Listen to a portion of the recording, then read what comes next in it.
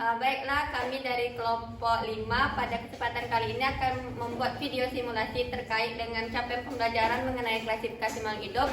Sebelumnya perkenalkan, nama saya Alia Rizkyandriani dengan NIM 2231048. Di sini saya bersama rekan saya. Dengan saya Yusmani Anayla Nasution dengan NIM 2231042.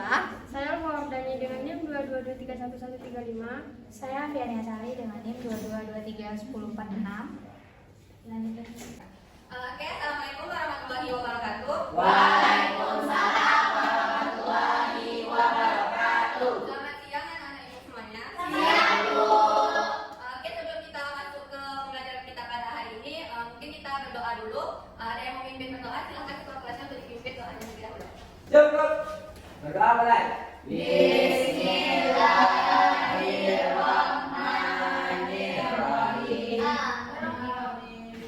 Oke, terima kasih ya.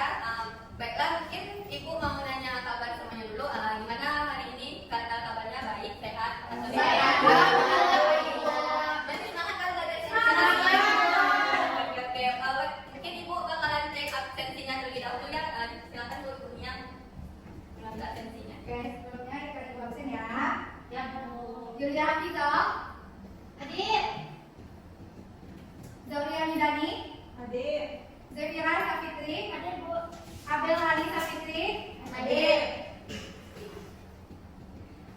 Andini Febriani. Azira Saira. Fauzan. Nasya Dina. Pemil. Raisa. Rifka Linabila. Sofia Lisa. Ulfa Wadani. Zahra Nadila. Saya, Bu. Ashifa Masari. Rifa Atul. Salsa Bila Ismail. Adik, Bu. Oke, jadi hadir semua ya. Sebelum kita masuk pada materi siang ini, mungkin akan dibacakan sama Ibu Ulfa terlebih dahulu apa saja sih tujuan pembelajaran kita untuk mata pelajaran pada hari ini. Baik semuanya. Untuk tujuan pembelajaran kita hari ini yaitu peserta didik dapat memahami perbedaan sisi antara makhluk hidup dan yang hidup. Yang kedua, peserta didik dapat menganalisis karakteristik khas setiap kerajaan makhluk hidup dan menjelaskan peranan makhluk hidup dalam kehidupan manusia. Yang ketiga, peserta didik dapat menganalisis teknik pengelompokan makhluk hidup yang dihubungkan dengan kehidupan sehari-hari. Dan selanjutnya, peserta didik dapat membuat kunci klasifikasi untuk mengidentifikasi makhluk hidup di sekitar sekolah. Oke, jadi dari tujuan pembelajaran yang sudah disampaikan oleh Ibu Ulfa tadi, dapat kita simpulkan kalau pada pertemuan kali ini kita akan membahas masalah klasifikasi makhluk hidup. Sebelum itu, Ibu mau bertanya pada kalian semua, apa sih bedanya antara meja belajar yang ada di dalam kelas ini dengan tumbuhan yang ada di luar kelas kita? Ada yang bisa jawab? Silakan Sandra. Baik, Bu. Kalau itu belajar adalah benda mati, sedangkan makhluk hidup tumbuhan dan hidup. Jadi bedanya menjelaskan benar. Oke, terima kasih ya. Ada lagi yang mau menambahkan jawaban yang berbeda dari kakak tadi? Sama ya. Oke. Selanjutnya Ibu mau nanya, menurut kalian tumbuhan itu punya kemampuan untuk tumbuh dan berkembang nggak? Punya. Gimana kita bisa lihat kalau tumbuhan itu bisa tumbuh dan berkembang? Tingginya Kalau beda. Oke ya, bentar semuanya ya. Kita lanjut ya. Oke, kita masuk ke dalam materi dulu untuk lebih mengenal apa sih klasifikasi makhluk hidup itu. Boleh di-slide. Oke, jadi untuk pembahasan yang pertama yaitu tentang ciri-ciri makhluk hidup akan dijelaskan oleh Ibu Afi. Pada Ibu Afi, silakan.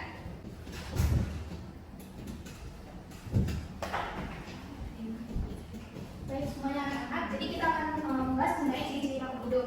Yang pertama tuh ciri-ciri makhluk hidup itu bergerak. Contohnya hewan itu memiliki alat gerak. Hewan kan bisa bergerak di air, di darat maupun di udara. Kalau tumbuhan itu bergeraknya selama proses tumbuhnya. Nah, yang kedua itu bernapas. Kalau manusia kita menggunakan paru-paru kan untuk bernapas. Kalau pada hewan itu tuh menggunakan insang, paru-paru dan trachea. Contoh dari hewan yang menggunakan insang ini adalah ikan. Nah, berikutnya tumbuhan itu bernapas menggunakan stomata dan larynxa. Yang ketiga makhluk hidup itu memerlukan makanan. Tanpa makanan tentunya kita pasti akan kelaparan dan kemudian meninggal kan.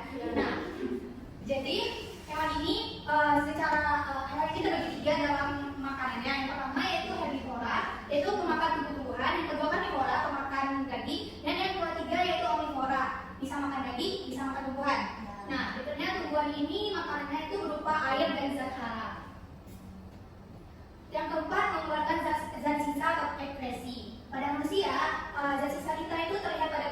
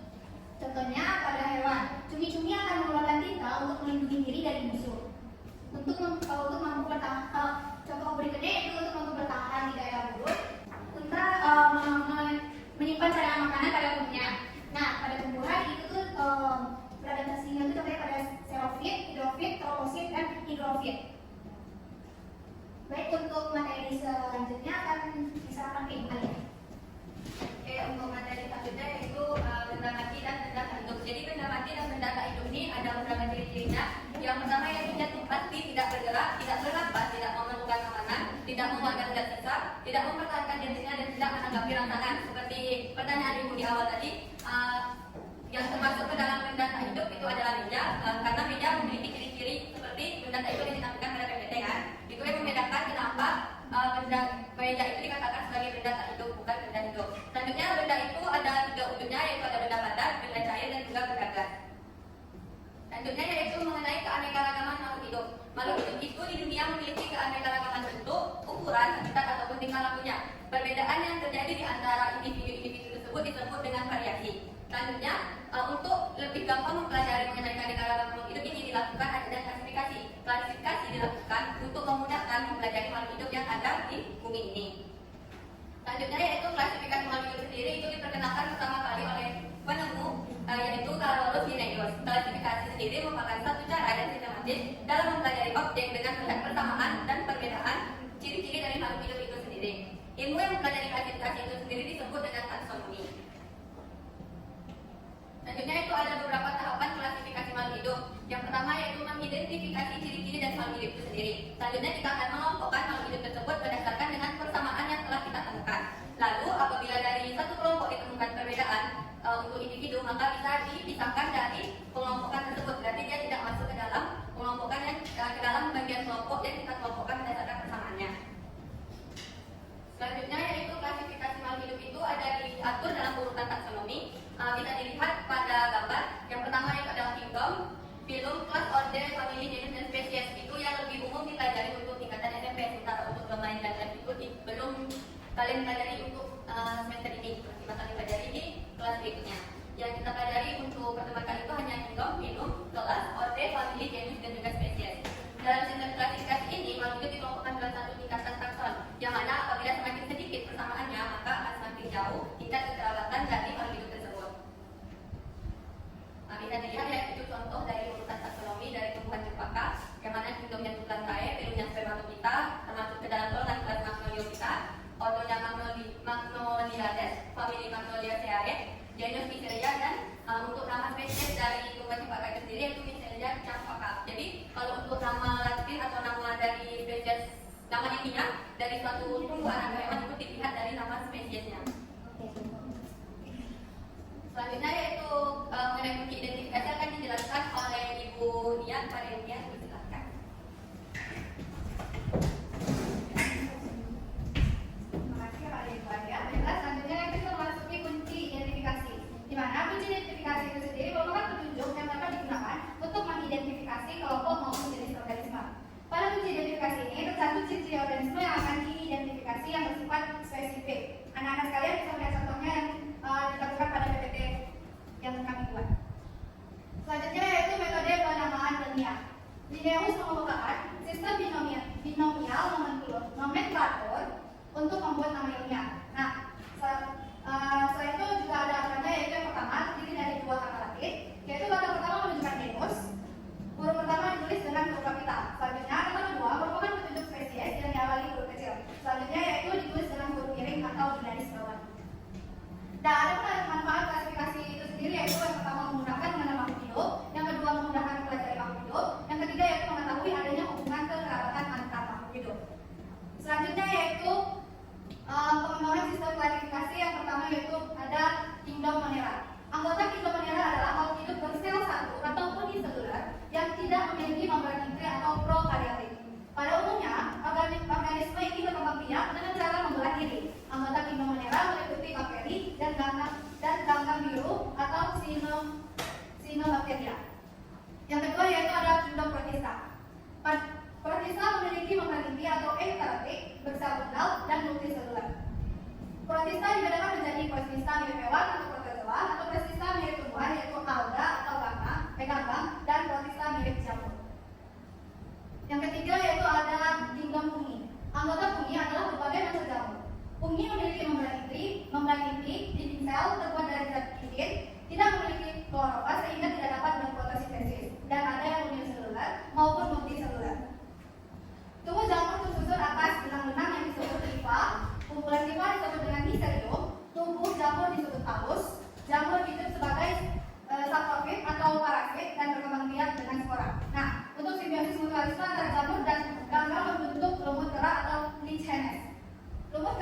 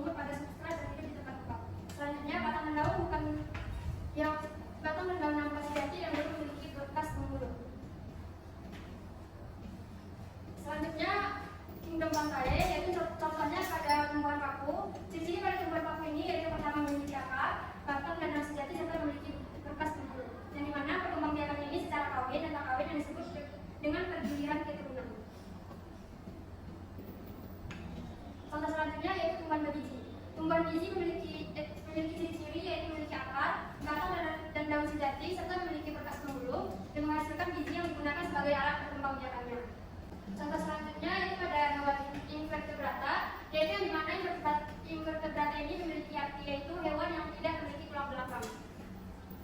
Selanjutnya hewan vertebrata yaitu hewan yang memiliki tulang belakang, di mana kelompok vertebrata ini memiliki 5 kelompok, yaitu yang pertama superkelas Pisces, contohnya pada ikan mujair, ikan limbadeng, dan ikan lele.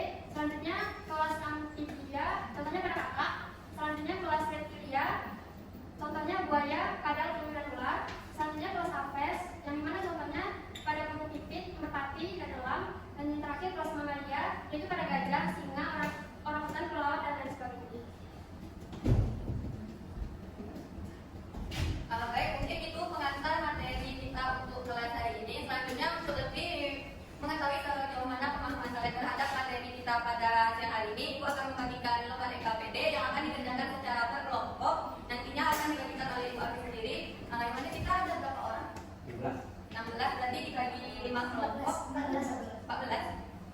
Dibagi 5 kelompok. Boleh berhitung sama-sama. Dibagi 4 kelompok. Berarti 1, 2, 3, 4, 1, 2, 3, 4, 1, 2, 3, 4, 1, 2, 3 ke sisanya ya. Ada pasang? Ada. Ya, boleh duduk di kelompok ya.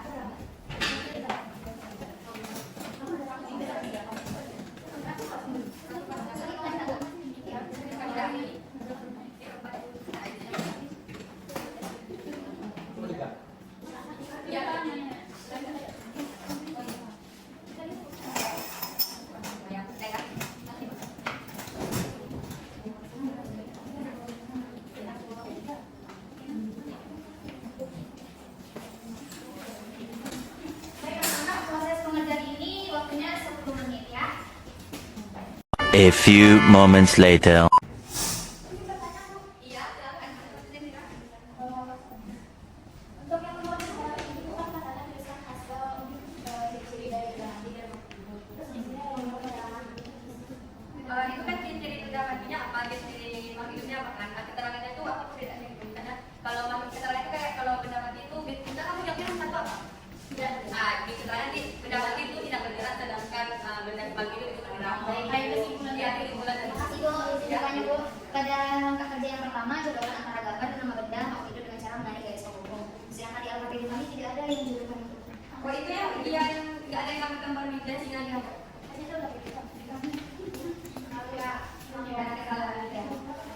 Terima kasih. ada lagi yang mau bertanya? Tidak. Enggak. Yang ada nih yang bagian 4 kerjakan beberapa soal pilihan ganda di bawah ini. Jadi yang satu berikut yang termasuk dalam klasifikasi waktu adalah berikut. Itu checklist aja, ada yang itu checklist. Oke. Oke, karena waktunya sudah habis, 10 menit yang berlalu, kita bahas bersama-sama lagi ya karena dia sudah diisi. Dari kelompok tadi, apakah ada yang ingin mengajukan diri untuk mempresentasikan hasil diskusinya? Silakan. Elvira, silakan. Ya, sama. Enggak, satu yang ngomong aja. Assalamualaikum warahmatullahi wabarakatuh. Waalaikumsalam warahmatullahi wabarakatuh. Sebelumnya perkenalkan Ibu, saya Jendela Syafidi. Saya dari kelompok 1 ini mempresentasikan hasil dari KPD yang telah kami buat. Untuk KPD yang pertama tugasnya yaitu menasabkan antara benda dengan gambarnya. Yang pertama yaitu di sini ada meja. Meja ini merupakan benda mati. Yang kedua hewan singa. Singa ini merupakan jenis animalia. Lalu yang ketiga ada jamur, yaitu kelompok dari bumi. Dan yang terakhir ada bibir tambu, yaitu kelompok dari lantai. Yang kedua yaitu tuliskan hasil dari ciri-ciri yang diamati mengenai gambar benda dan makhluk hidup di atas. Yang pertama kami dapat ciri-ciri benda mati yaitu tidak bergerak, tidak bernafas, tidak tumbuh dan berkembang. Adapun ciri-ciri makhluk hidup yaitu bergerak, bernafas, tumbuh dan berkembang. Lalu untuk LKPD yang kedua yaitu mengerjakan beberapa soal pilihan ganda. Soal yang pertama yaitu berikut yang termasuk dalam klasifikasi makhluk hidup yaitu burung. Yang kedua, yang tidak termasuk dalam kingdom Ferratae yaitu monyet. Yang ketiga yaitu dari gambar di bawah ini yang termasuk dalam kingdom ini yaitu jamur. Yang keempat, kenapa dari gambar di bawah ini yang sesuai dengan kingdom merah yaitu ada bakteri. Dan yang kelima yaitu klasifikasi makhluk hidup dibagi menjadi binatang.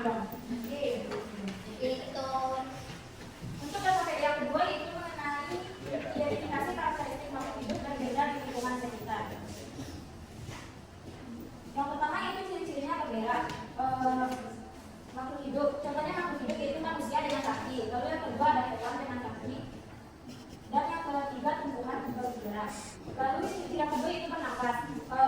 Adapun makhluk hidup ini itu manusia dengan duduk, ikan dengan insang, dan tumbuhan bernafas dengan stomata. Dan yang terakhir itu ada berkembang biak. Contohnya makhluk hidup manusia dengan melahirkan, ayam dengan bertelur, dan terakhir tumbuhan berkembang biak dengan cara penyambungan.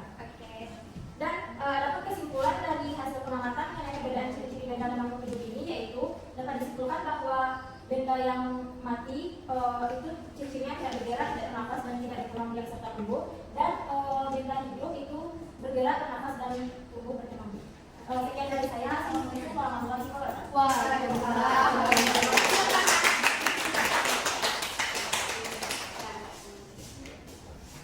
Oke, terima kasih pada kelompok 1, jawabannya bagus ya. Atau dari kelompok lain ada yang ingin menambahkan atau sama Bu? Jawabannya sama. Sama Bu. Sama jawabannya yakin sama. Iya, ayo. Lewatnya aja yang beda. Oke. Ya, Bu. Kami soalnya tulis nama hewannya utuh. Yang bergerak, Bu, ciri-ciri benda makhluk. Apa ya? Oke, boleh KPD ini dikumpulkan nanti. Ke depan. Perwakilan aja.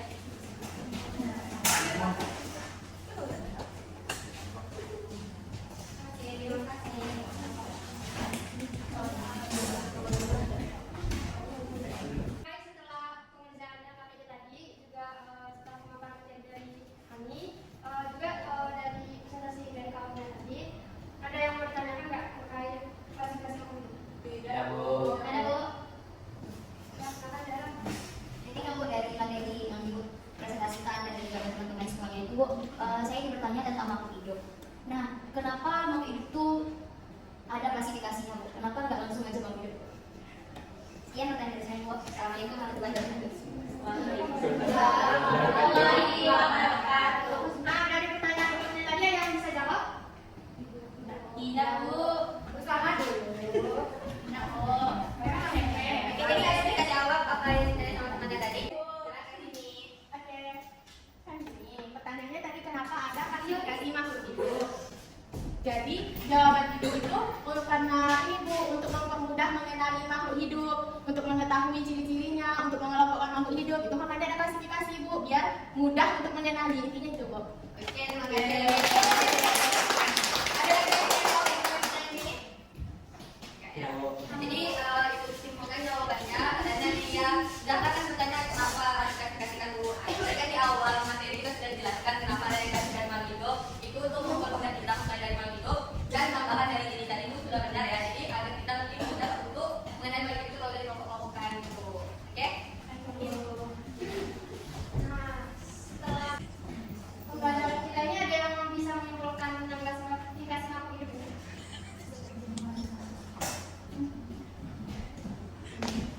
Oh, silakan ini. Keren. Oke, baik, di sini Dini akan menyimpulkan ya Bu. Dapat Dini simpulkan untuk pembelajaran kali ini makhluk hidup di mana Dini dapat menyimpulkan ciri-ciri dari makhluk hidup. Pertama, ciri-ciri makhluk hidup itu ada bisa bergerak, bisa bernapas, tumbuh dan berkembang. Sedangkan kalau benda mati itu tidak bisa bernapas, tidak bisa berkembang biak, tidak bisa tumbuh. Nah, untuk tujuan dari klasifikasi makhluk hidup itu sendiri untuk mengenali dan untuk mengelompokkan makhluk hidup Bu. Itu menurut kesimpulan Dini ya Bu. Makasih Bu. Oke, terima kasih dari Panadi. Oke ya, terima kasih kepada Andi Febriani yang sudah menyimpulkan materi pembelajaran kita pada kali ini. Mungkin kalau tidak ada yang ingin bertanya lagi, cukup sekian penyampaian materi kita mengenai klasifikasi makhluk hidup pada pertemuan kali ini. Sebelum Ibu tutup kelas kita, Bu, ada satu pertanyaan untuk memastikan pemahaman kalian, yaitu menurut pendapat kalian apa yang membedakan ciri apa atau apa yang membedakan antara makhluk hidup dengan makhluk hidup? Nah, kalau makhluk hidup itu bergerak, kalau makhluk tak hidup itu tidak bergerak. Jadi secara umum itu yang dibacakan itu benar, makhluk hidup bergerak dan makhluk hidup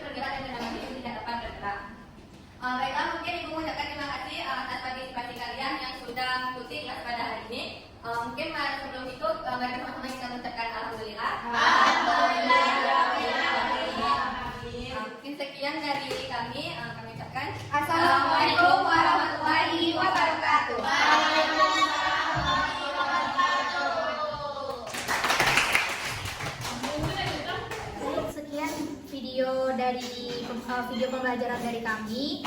Apabila ada kesalahan mohon dimaafkan. Wassalamualaikum warahmatullahi wabarakatuh.